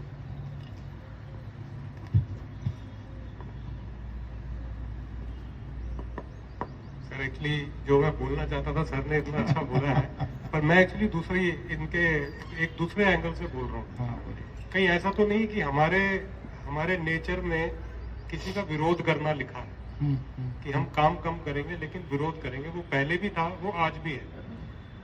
हम उस समय कुछ लोग खड़े हुए जिन्होंने उस समय जो सरकार चल रही थी उसका विरोध करना शुरू कर दिया, चाहे वो जो भी कर रहे थे, और बोला उन्होंने बुरा किया। हमें नहीं पता कि वो लोग एक्चुअली में भलाई चाहते थे कि एक्चुअली में प्रोमिनेंस चाहते थे। अगर प्रेजेंट सिचुएशन में आप आए, अब देश इतना आगे बढ़ा, पर जो सरकार प्रेजेंट की होती है वो पुरानी सरकार को बताती है कि कैसी पुरानी सरकार ने हमारे देश को खोखला किया और कैसे हम अच्छा कर रहे हैं। जब ये सरकार चली जाएगी और दूसरी सरकार आएगी, वो बताएगी कि कैसे सरकार ने हमको खोखला किया और कैसे हम अच्छा कर रहे हैं। तो मेरे को लगता है कि किसी भी सोसाइटी में अच्छा और बुरा दोनों होता है, और इसको आप चेंज नहीं कर सकते। अब ब्रिटिशर्स यहाँ आए और उन्होंने किस सिस्टम को स्टैब्लिश किया, हम गुलाम रहे, लोगों पे अत्याचार भी हुए, पर कई ऐसे सिस्टम है जिसकी वजह से जैसे रेलवे एक सिस्टम जो डेवलप हुआ हमारा, एक रेलवे का एग्जांपल मैं देना चाहूँगा, और ऑफिस सिस्टम सर ने बताया अकाउंट वगैरह का, ये कई बड़ी अच्छी सिस्टम है। तो हम उस समय थे नहीं सर, हमें तो इस हिस्ट्री में बताया गया कि उन्होंने अत्याचार किए, और हमें हिस्ट्री ने बताया है कि जो भी लीडर थे वो 100% सभी अच्छा ही सोचते थे। शायद उनमें अपना कोई अथॉरिटी लेने का या पावर लेने का शायद मोटिव ना रहा हो। तो दोनों तरह की चीजें हैं, पर मेरे को कहीं ये लगता है कि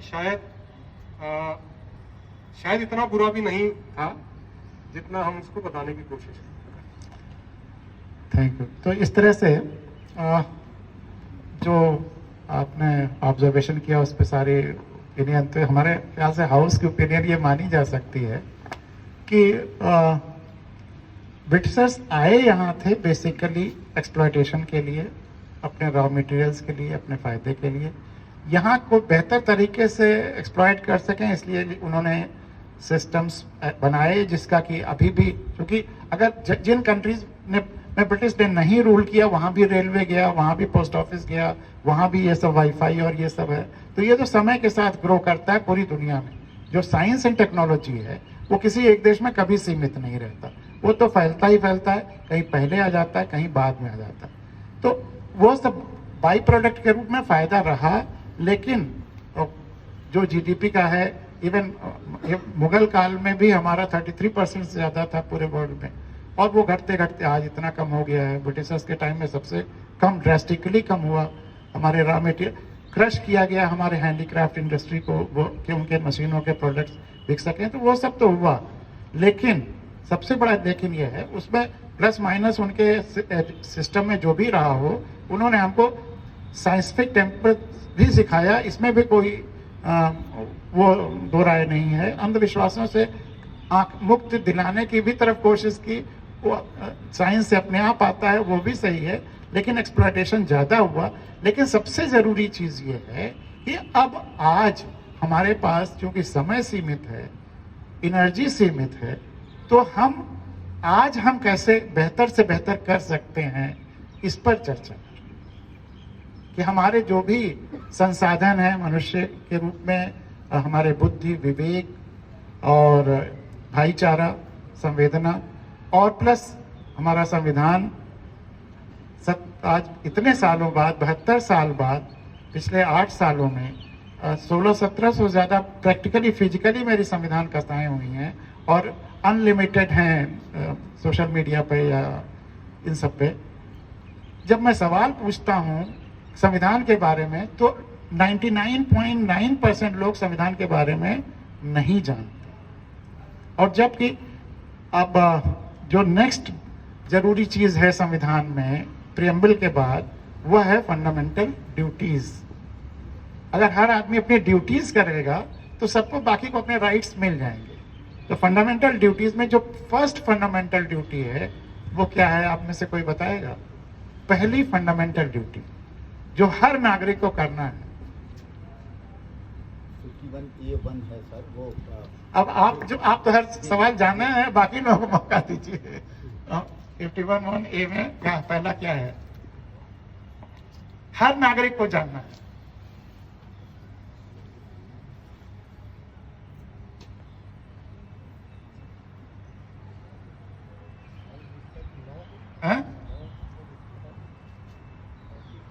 सर आप इसकी भी शपथ दिलवाइए। शपथ तो बाद में दिलवाएंगे, पहले बता तो दें। शपथ तो आप बता दीजिए। कोई कुछ गेस करेगा? हाँ,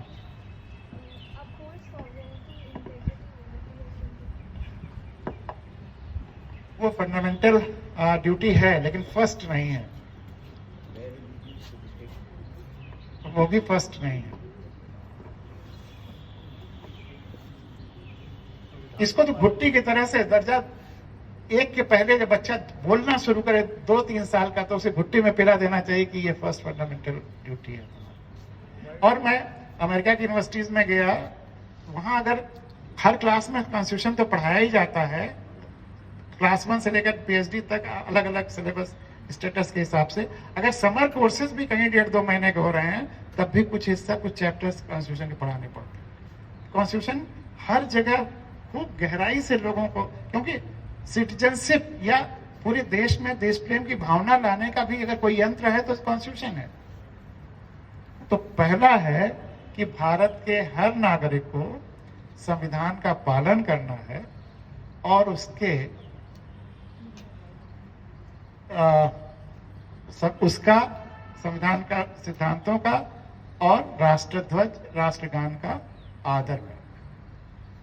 संविधान का पालन करना है and to respect its ideals and national flag and national anthem. तो आप पालन और आदर कब करेंगे? जब जानेंगे। तो हर नागरिक को संविधान जानना है। यह पहली ड्यूटी है हिंदुस्तान में रहने की। अगर हम नहीं जानते हैं संविधान तो हर नागरिक को जानना है। तो जो नहीं जानता है फिर नागरिक ही नहीं हुआ। तो पहले हम नागरिक तो बन जाएं इस देश के।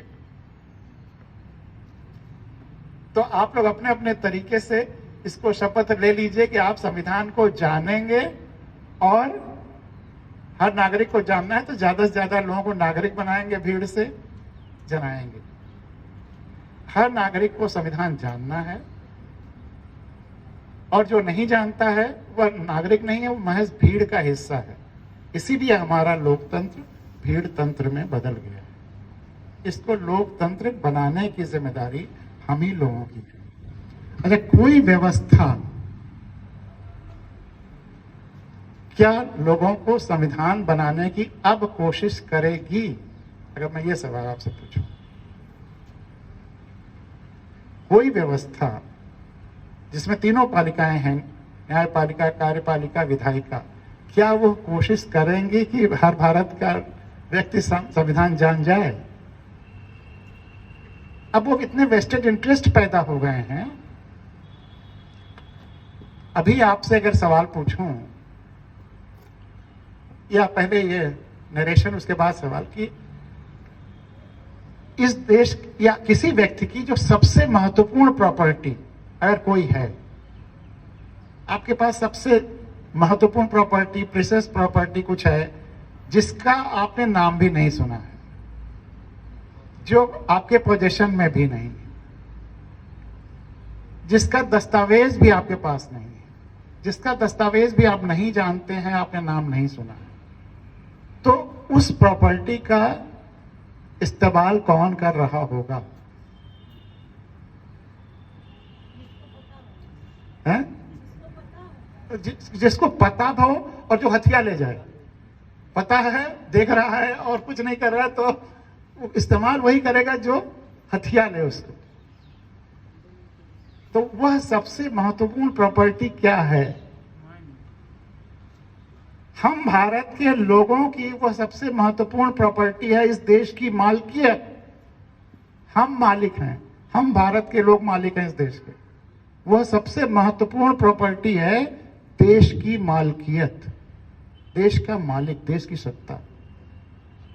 और वह दस्तावेज हमारा, अच्छा यही सवाल अगर पूछें कि क्या हमारे पास क्या प्रूफ है कि देश के मालिक के कब्जा उस पर नहीं है, हम लोगों का कब्जा नहीं है देश पर या उस प्रॉपर्टी पर, इसका कोई प्रमाण अगर आप मुझसे मांगे तो अनंत प्रमाण है। लेकिन सबसे बड़ा प्रमाण है कि दुनिया के 262 देशों में हिंदुस्तान अकेला देश है जहां पर मालिकों का रास्ता रोक करके सेवकों को गुजारा जाता है। पता चला कि आप जा रहे हैं, प्रधानमंत्री जी, चीफ मिनिस्टर, राष्ट्रपति, प्रधानमंत्री, चीफ जस्टिस जा रहे हैं और आप 1 घंटे वहां खड़े हुए हैं। दुनिया में किसी देश में ऐसा नहीं है। आप कहीं भी जाकर के देख आइए, पूछ आइए, पढ़ लिए, हिंदुस्तान अकेला देश है 262 देशों में कि यहां मालिकों का रास्ता रोक करके सेवकों को गुजारा जाता। तीनों सेवक हैं, तीनों पालिकाएं सेवक हैं। न्यायपालिका न्याय सेवा देने के लिए है, कार्यपालिका कार्य करने के लिए है, और विधायिका आपकी राय को वहां पहुंचाने के लिए, ये सेवा देने के लिए। मालिक आप हैं। लेकिन अगर आपको पता ही नहीं है कि आप मालिक हैं, तो तीनों पालिकाओं ने आपकी मालिकियत को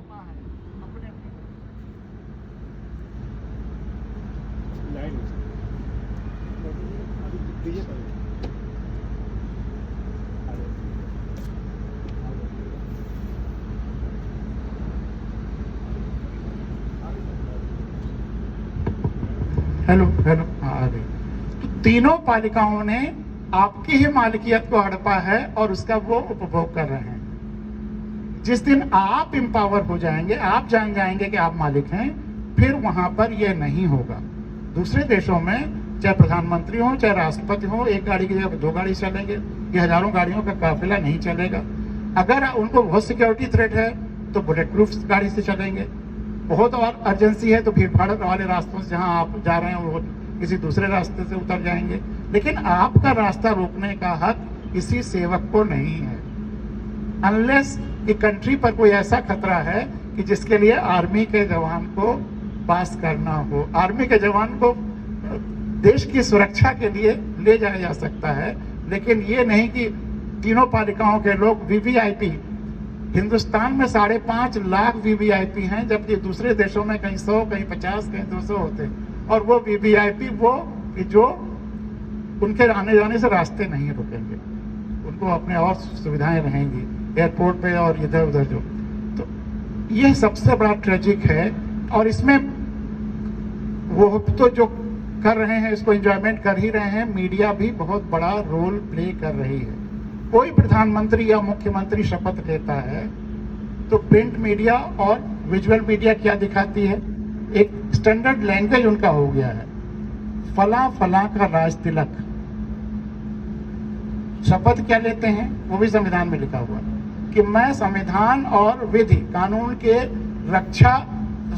संरक्षा और संवर्धन की शपथ लेता हूं और अपने क्षेत्र विशेष के लोगों की सेवा की शपथ लेता हूं। तो शपथ लेते हैं सेवा का, बनते हैं सेवक, और उसके बाद राज तिलक हो रहा है। आज तक किसी प्रधानमंत्री या मुख्यमंत्री ने कभी मीडिया को नहीं लताड़ा कि ये तुम कैसे कर रहे हो। इस पे तो पब्लिक को जाना चाहिए PIL में कि सेंसर करे इन सारे न्यूज़पेपर्स और मीडिया चैनल्स को कि राज तिलक कैसे। और आप हम तो चलिए कुछ यहाँ पे किताबें और इन लोगों के चीज़ों के माध्यम से कुछ जान भी रहे हैं। बाकी लोग जो 90% गाँव में रह रहे हैं, ये रह रहे हैं, वो ये सब देख करके क्या समझेंगे, क्या सोचेंगे कि ये राजा हैं। फिर वही प्रजातंत्र वाला भावना ठूस ठूस के भरी जा रही दिमाग में। तो लोकतंत्र पहले जनता तक आना है, उसके लिए हम लोगों को काम करना है। तो पहला जो फर्स्ट फंडामेंटल ड्यूटी है कि हर भारत के नागरिक को संविधान का पालन करना है और उसके आदर्शों, राष्ट्रध्वज और राष्ट्रगान का आदर करना है। तो संविधान जानने बताने वाली बात जो मैंने सवाल जहां से शुरू किया था कि क्या व्यवस्था की ये तीनों पालिकाएं कार्य करेंगी, एकदम कोई सवाल ही नहीं उठता। इसके लिए हम ही आपको फिर एक दूसरी आज़ादी की लड़ाई कह लीजिए या पहली आज़ादी की लड़ाई से जो गंगा लोकतंत्र की आज़ादी की और संविधान की अवतरित हुई जन जन तक नहीं गई, भगीरथ ने दोबारा तपस्या किया और फिर शंकर की जटाओं से गंगा को जन जन तक ले गए। हम सबको दोबारा तपस्या करनी पड़ेगी। आप बताइए तपस्या में तैयार है साथ में? और अगर तैयार हैं तो कितने लोगों को अगली बार जब हम लोग मिले तो 1 साल बाद सपोज कर लीजिए मिलते हैं, तो कितने लोगों को आप संविधान के बारे में बता चुके होंगे?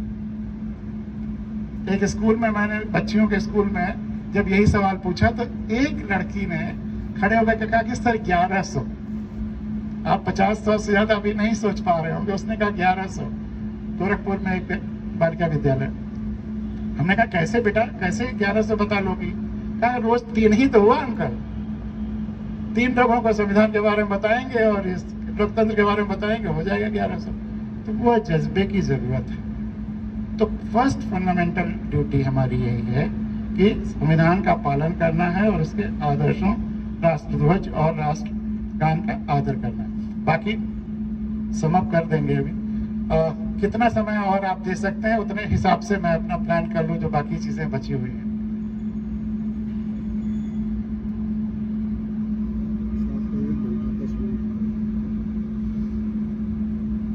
तो किताब मैं PDF पे भेज दूंगा, बाकी डिटेल में आप उससे पढ़ लीजिएगा और बाकी ओरिजिनल कॉन्स्टिट्यूशन का टेक्स्ट वहां से पढ़ लीजिएगा जहां जहां से भी हो।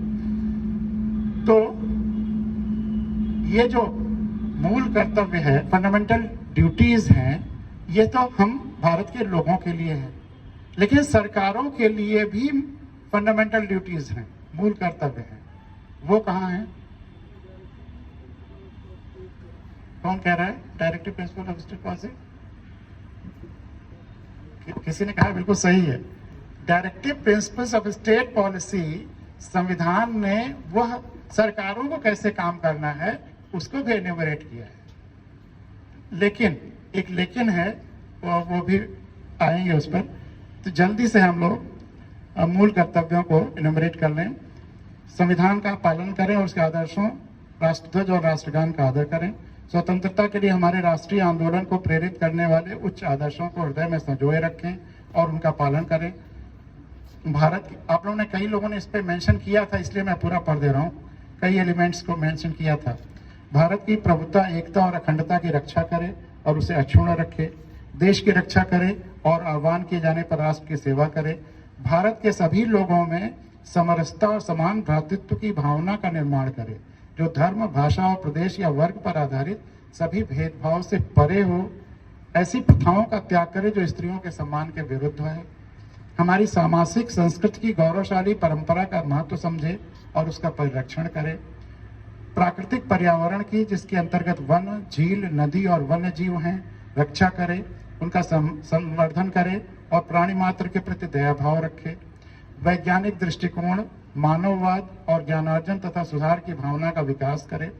सार्वजनिक संपत्ति को सुरक्षित रखे और हिंसा से दूर रहे। व्यक्तिगत और सामूहिक गतिविधियों के सभी क्षेत्रों में उत्कर्ष की ओर बढ़ने का सतत प्रयास करे। इंडिविजुअल एफर्ट में भी और कलेक्टिव एफर्ट में एक्सीलेंस की तरफ। तो चांद वाला वो एग्जाम्पल इसमें भी दिया जा सकता है कि वो टीचर उन बच्चों को इंडिविजुअल और ग्रुप एक्टिविटीज में एक्सीलेंस प्राप्त कराता है, उसके लिए काम करना हम लोगों की फंडामेंटल ये ड्यूटी है। बढ़ने का सतत प्रयास करे, जिससे राष्ट्र निरंतर बढ़ते हुए प्रयत्न और उपलब्धि की नई ऊंचाइयों को छू ले। अब फंडामेंटल राइट्स तो आप लोग ज्यादातर जानते ही हैं। मजे की बात यह है कि ह्यूमन राइट्स पर अब दुनिया में इतना जोर दिया जा रहा है। ह्यूमन राइट्स कमीशंस भी यूएनओ के गाइडलाइंस से पूरी दुनिया में बने। ह्यूमन राइट्स कमीशंस हर स्टेट में और सेंटर में बना। इतना ह्यूमन राइट्स की बात हो रही है, लेकिन ह्यूमन राइट्स हैं क्या? जो हमारे फंडामेंटल राइट्स हैं वो प्लस एक दो चीजें और जो यूनाइटेड नेशंस कन्वेंशन हैं, जैसे किसी का स्टेटमेंट अगर पुलिस में लिया जाता है तो उसको प्रताड़ना नहीं दी जा सकती, जो हमारे ह्यूमन राइट्स में नहीं आया है, वगैरह वगैरह। लेकिन लगभग वही, मोटा मोटा वही है जो हमारे कॉन्स्टिट्यूशन में ह्यूमन राइट्स हैं, फंडामेंटल राइट्स हैं।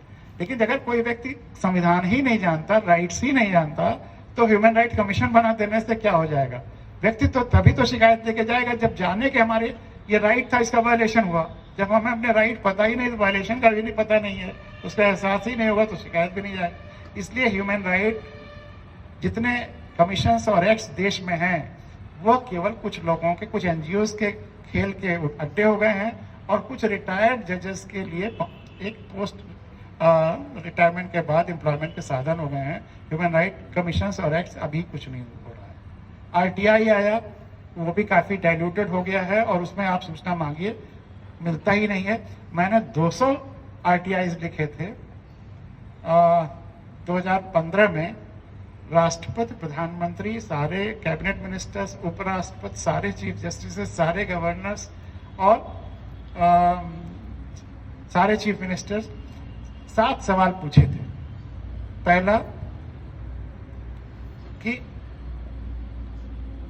भारत के संविधान में हर नागरिक को संविधान जानना हमारी फंडामेंटल ड्यूटी है, क्योंकि भारत के हर नागरिक को संविधान का पालन करना है, उसका रक्षा करना है, उसके आदर्शों का आदर करना है। तो क्या पालन और आदर के लिए जानना जरूरी है? पहला सवाल। अगर जानना जरूरी है और आपने संविधान के संरक्षण और संवर्धन की शपथ ली है, अब तो अपने क्षेत्र में क्या संविधान को बताने की आपकी जिम्मेदारी है? तीसरा सवाल, अगर जिम्मेदारी है और ग्राउंड रियलिटी है कि नहीं पता है लोगों को, मैं सब लगातार संविधान कथाएं कह रहा हूँ क्षेत्रों में जा, तो मैं भारत के नागरिक की हैसियत से कितने सालों में उम्मीद करूं कि आप अपने क्षेत्र में सभी लोगों को संविधान बता देंगे और क्या कार्य योजना है? अगला सवाल, क्या जरूरी नहीं कि हर क्लास में संविधान पढ़ाया जाए स्तर के अनुसार? और अगला सवाल, क्या जरूरी नहीं कि हर घर में संविधान की एक किताब कम से कम रखी जाए, जैसे और महत्वपूर्ण किताबें होती? मतलब साल भर हमारा 3-4 सूटकेस भर गया, इतने जैसे भारत सरकार ने दूरदर्शन पर दिया तो उनके अपने हर स्टेशन डायरेक्टर को सबका जवाब आ रहा है, आकाशवाणी से, इधर उधर इंस्टीट्यूशन से, यूनाइटेड वो ग्रांट यूजीसी ग्रांट कमीशन जो यूनिवर्सिटीज का है, हर तरफ से घुमाया गया, जलेबियां बनी, लेकिन 3 परिणाम बड़े अच्छे रहे। एक, भारत सरकार चूंकि राष्ट्रपति का भी, उपराष्ट्रपति का भी और सब कैबिनेट मिनिस्टर्स मीटिंग ये वो, तो 26 नवंबर 19 को संविधान दिवस की घोषणा करना हमारे आरटीआई पे भारत सरकार ने कि ताकि संविधान का प्रचार प्रसार, लेकिन 15 में किया, उसके बाद कहीं कोई जोर दबाव नहीं, मन से नहीं किया गया था, तो आज भी वो मन से नहीं किया जा रहा। उस साल तो कहा कि सुबह जो मतलब प्रार्थना होती है उसमें प्रियम्बल पढ़ा जाएगा, दिन भर डिबेट होगा, ये होगा वो होगा, लेकिन उसके बाद फिर वो रस्म अदायगी भी नहीं रह गई। लेकिन 2 चीफ मिनिस्टर्स ने बहुत प्यारे जवाब दिए। हाँ, कब वो कभी हो जाता है, कभी नहीं हो जाता है, वही मतलब वो टिमटिमाता है वो। और मणिपुर और सिक्किम 2 प्रांतों के चीफ मिनिस्टर ने बड़े प्यारे जवाब दिए। सिक्किम के चीफ मिनिस्टर ने लिखा कि आपके आरटीआई के सारे पॉइंट्स नोट किए। जब 1975 में हम लोग पहली बार हिंदुस्तान से जुड़े, 75 के पहले सिक्किम इंडिपेंडेंट कंट्री था, जब हम पहली बार हिंदुस्तान से जुड़े तो हमने इंडियन कॉन्स्टिट्यूशन का इंग्लिश एडिशन मंगा करके अपने हर ग्राम पंचायतों को भेजा था। अब आपकी इस आरटीआई के बाद हमने सिक्किमीज में ट्रांसलेशन करा लिया है कॉन्स्टिट्यूशन का, जो भी 4-6 दिन बाद उन्होंने जवाब दिया हो, और अंडर प्रिंट है, जब छप जाएगा तो हर घर में भेजेंगे। और मणिपुर के चीफ मिनिस्टर ने लिखा कि हमने ये किताब भी तब तक तैयार हो गई थी, तो इसको भी साथ में भेज दिया था कि हम लोग ये काम कर रहे हैं। तो मणिपुर के चीफ मिनिस्टर ने लिखा कि आपके आरटीआई के सारे पॉइंट्स नोट किए और आपकी किताब की जीरोक्स करके हम हर गांव पंचायत को भेज रहे हैं और मणिपुरी में ट्रांसलेशन करा रहे हैं, जब छप जाएगा तो हर घर में। तो कहीं ना कहीं एक चिनकारी चलिए, इतना ही हुआ बहुत हुआ, लेकिन अभी बहुत कुछ करने की जरूरत है।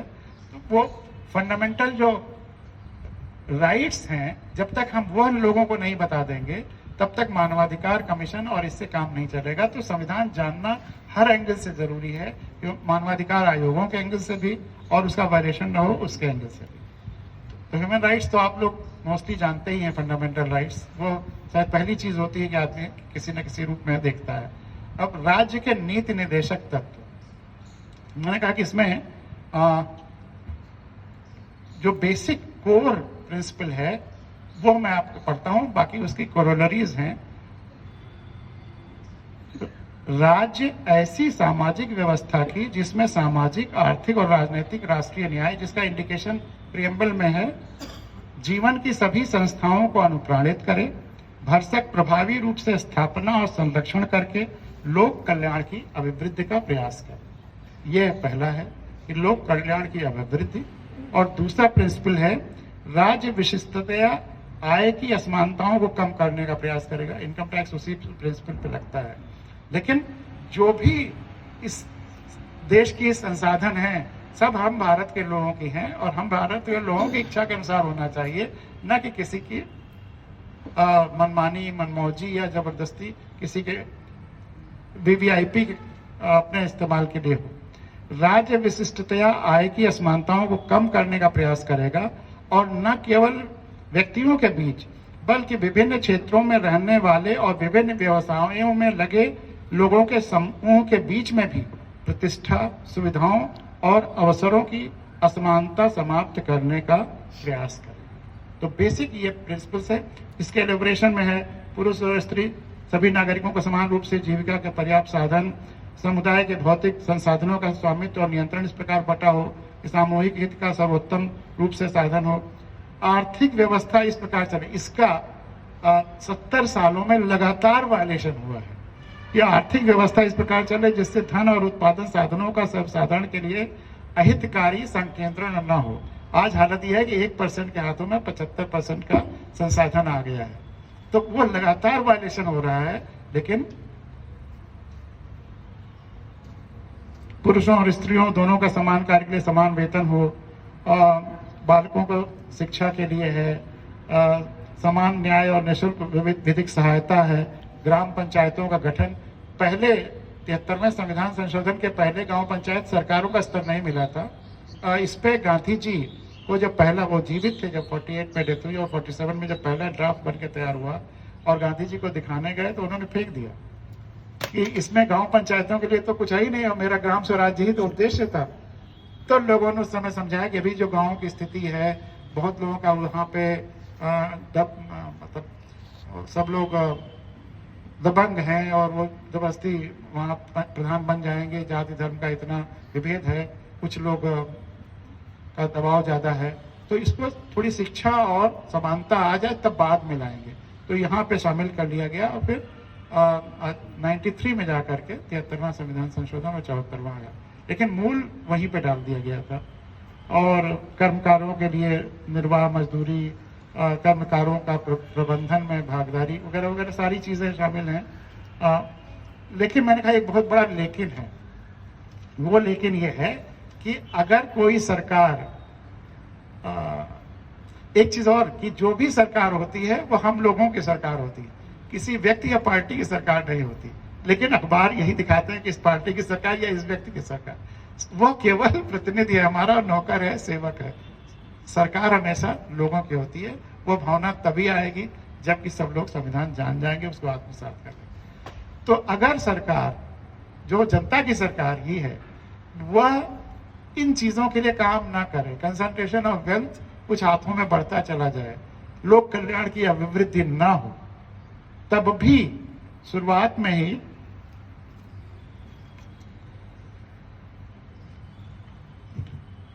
37 में ही इसमें कह दिया गया है कि अगर सरकार इसको लागू नहीं करती है तो पब्लिक कोर्ट में नहीं ले जा सकती सरकार, निषेध है।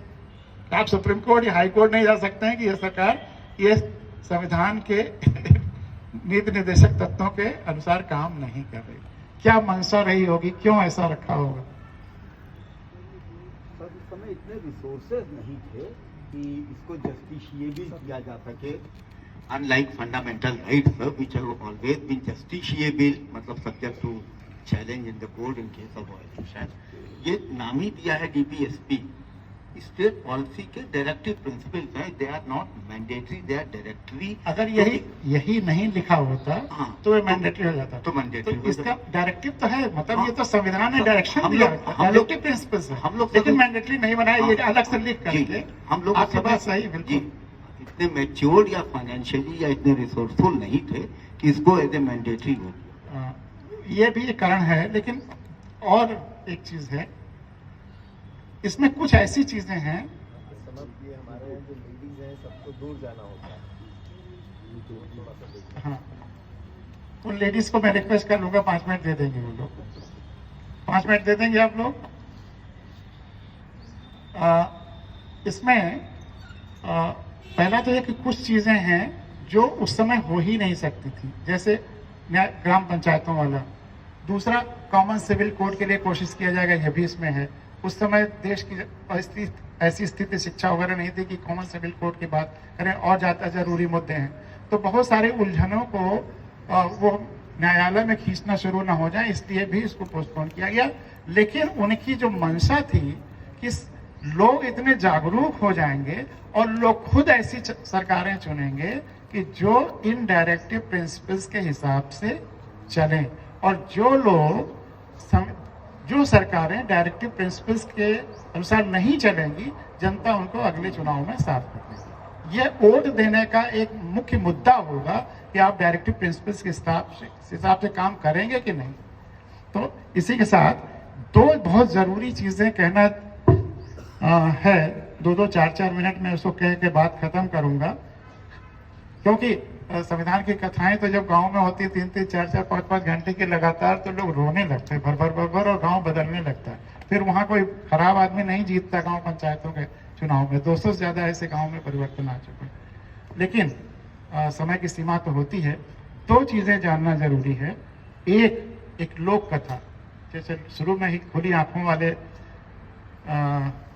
लोग ही लोक हैं। और बहुत एक लोक कथा जो बचपन में मैंने सुनी थी और बड़े होने पे जब दुनिया की सारी भाषाओं की लोक कथाएं पढ़नी शुरू की तो वह लोक कथा जो मैंने अवधी में बस्ती जिले में अपने गांव में सुनी थी वही सबसे पहले रूसी लोक कथा में वही चीज़ मिली, फिर अरबी भाषा में, दक्षिण भारत की भाषाओं में और आदिवासी क्षेत्र की भाषाओं में एक ही विचार, एक ही भावना पूरी दुनिया में फैल गई। जब छापे खाने, प्रेस, सोशल मीडिया नहीं था, एक व्यक्ति से दूसरे व्यक्ति, एक पीढ़ी से दूसरी पीढ़ी, एक गांव से दूसरे गांव फैलते फैलते पूरे देश में फैल गई, पूरी दुनिया में। तो सोचिए कितनी बड़ी ताकत होगी।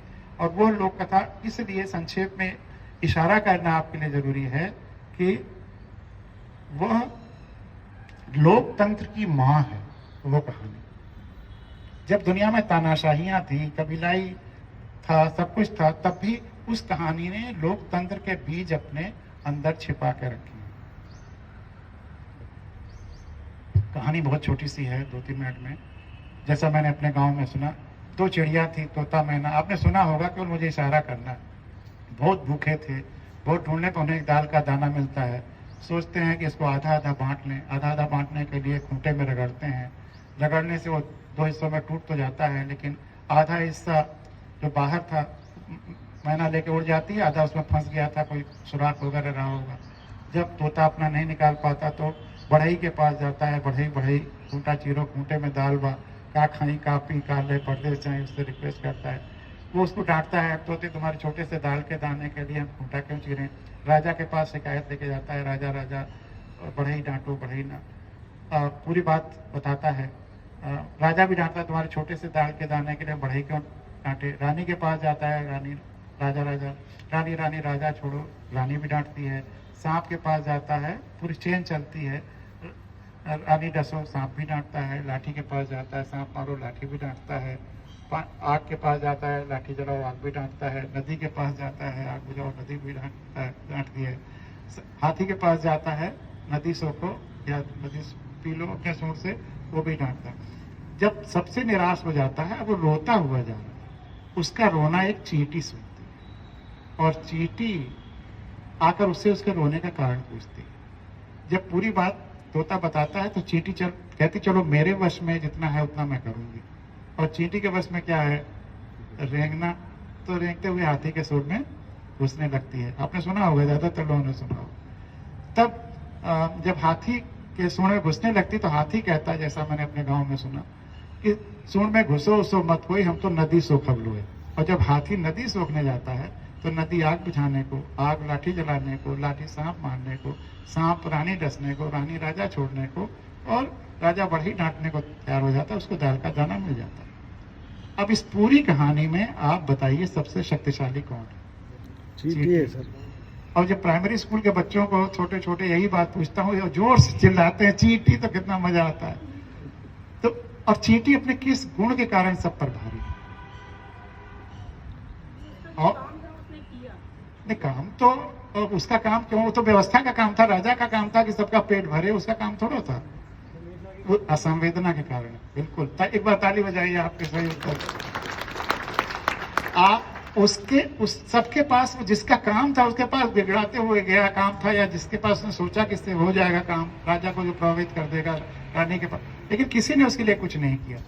लेकिन तो चींटी में इतनी संवेदना हुई, तो संवेदना दूसरे के दुख को अपने दुख जैसा समझना, उसमें इतनी संवेदना हुई कि वह जितना उसके वश में था, अगर उसके वश में रेंगना था तो हाथी के सूंड में घुसी, ताकि जितना वो मदद कर सकती थी शायद सिस्टम पलट दे, उसने किया। और वाकई उसकी इस संवेदना के वजह से छोटा सा रेंगना भी इतना प्रभाव कर गया कि पूरा सिस्टम जो अक्रियाशील था वो क्रियाशील हो गया। ज्ञान बल, बाहुबल, धन बल, संसाधन बल, सब में सब उस चींटी से भारी थे। चींटी के पास केवल संवेदना का बल था। तो अगर एक चींटी जैसा छोटा अदना एलिमेंट सोच ले पूरी संवेदना के साथ और जरा भी एफर्ट करे, तो जितने बहुत बड़े ज्ञान बली, धन बली, बाहुबली, संसाधन बली हैं, सब के सब ठंडे हो जाएंगे और सिस्टम क्रियाशील हो जाएगा। और लोकतंत्र के लिए मैसेज इसलिए महत्वपूर्ण है कि वो चींटी किसका प्रतीक है? एक आम आदमी का। वो जिसको जो अपने को सबसे छोटा समझता है। लेकिन संवेदना सबके लिए होना चाहिए, तभी प्रभावकारी होगा। सबके जुड़ाव के साथ होना चाहिए। अपने स्वार्थ के लिए होगा तब प्रभावकारी नहीं होगा। उस चींटी की संवेदना केवल चींटियों के लिए नहीं थी। आज हमारी संवेदना तो अपने धर्म तक सीमित हो जाती है, अपनी जाति तक सीमित हो जाती है, अपने समूह तक सीमित हो जाती है। उसकी संवेदना अपनी प्रजाति के बाहर तोड़ने के लिए भी हुई। तो हमारी संवेदना जितना ही फैलती जाएगी उतना उसमें प्रभाव करने की शक्ति भी प्राकृतिक तरीके से आती जाएगी। और लोकतंत्र के लिए कहानी यही महत्वपूर्ण है कि हमको अब किसी भी चुनाव में उस चींटी जैसे संवेदनशील व्यक्ति को ही वोट देना है, जो राजेंद्र बाबू कहते थे, और खुद चींटी बनना है। हमको हाथी के सूंड में नहीं घुसना है, हमको तो बैलेट मशीन पे केवल चींटियों को ही वोट देना है। बस ये कहानी यहीं पर समाप्त होती है। मुझसे अक्सर लोग कहते हैं कि आप इतने आशावादी क्यों हैं जब चारों तरफ निराशा का माहौल है। तो मैं एक गजल के 2 शेर सुनाकर अपनी बात खत्म कर रहा हूं कि कोई चुंबक किसी लोहे को यूं ही नहीं खींचता है। आपने बहुत सारे लोग मैथमेटिक्स या साइंस या फिजिक्स के रहे होंगे।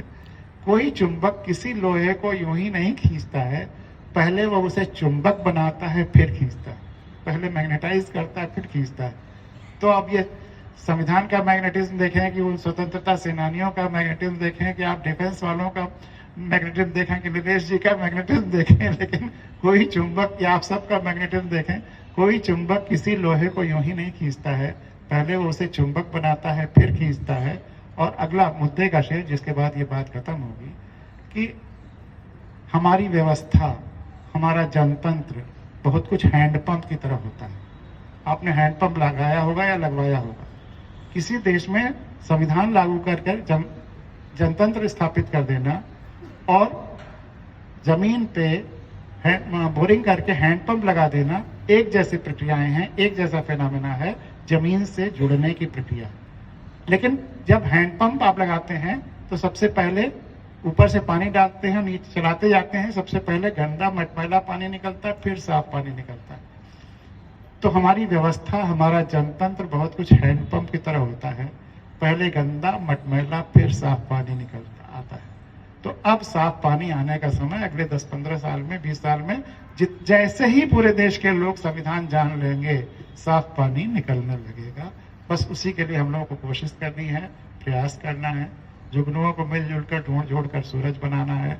हर हाल में इस देश, धरा और लोकतंत्र को जगमगाना है। बहुत बहुत धन्यवाद।